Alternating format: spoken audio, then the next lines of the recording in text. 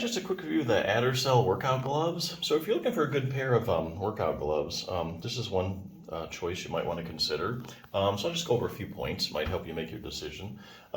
This does come with something that I haven't seen too often, is a towel panel on the back of the hand, and that's for wiping off sweat. So when you wipe your forehead, that way you don't have to carry a towel around all the time. So I thought that was a pretty interesting feature. Also, another problem with some of these workout gloves is taking them off, trying to pull the fingers. I know I had a pair of like neoprene ones, and I'd kind of pull on the finger a lot, and then suddenly that neoprene starts coming off. But what they've done, they put in some of these finger loops here, so these little pull loops to help you just take the glove right off. So that's another interesting feature. It is this soft mesh fabric here in the palm, and that'll help keep you cool. So that's good. That way you won't sweat too much. And the last thing you really need to know about these things is that they are hand washable. So you can't really throw them in the washer.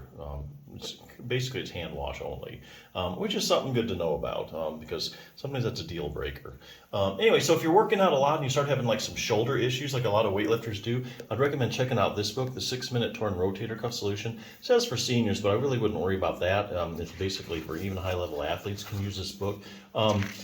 Basically, if you have any kind of a shoulder problem, you need to at least be strengthening your rotator cuff because your shoulder is a very shallow ball and socket joint, and it depends heavily on the muscles to support it and keep it in place. Now that's unlike the hip, that really is a deep ball and socket joint, so it doesn't really rely that much on the muscles, but the shoulder is all about muscles holding the ball and socket together, and of all those muscles that do it, there's a rotator cuff that does that. So you strengthen your rotator cuff, you get more stability in your shoulder, things get less irritated, and a lot of shoulder problems actually go away. But if you actually have a tear, this is actually a good resource as well. Just real briefly, this kind of starts out with the anatomy and stuff. Has a great question and answer section, goes over what are the symptoms of a rotator cuff tear, any arm maneuvers that might indicate you have a tear, what imaging tests are used, where is a tear at, just about every question you think of is here.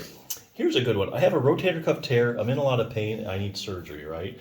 Well, not necessarily. So this is a really evidence-based book, and each one of these squares is a study to support the answer. So basically, you don't want to just go by pain to know whether you need to have surgery or not. Because basically, there's studies where they've taken, let's say, 100 people with a rotator cuff tear.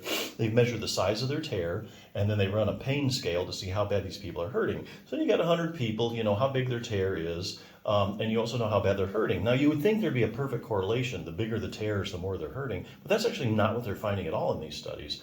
There's people walking around with big tears that hardly have any pain, and there's people with small tears that have a lot of pain. And then there's a whole other group of people that have tears that are asymptomatic. So there's actually lots of studies on asymptomatic rotator cuff tears. So the last thing you want to do is go and jump into surgery because, hey, maybe you have an asymptomatic rotator cuff tear and there's something else going on that needs to be investigated, just besides the tear. But anyway, what will happen if I leave my rotator cuff tear alone? Does it set me up for having arthritis if you have a tear? Probably the best question here. So how does exercise compare to surgery when it comes to treating a torn rotator cuff?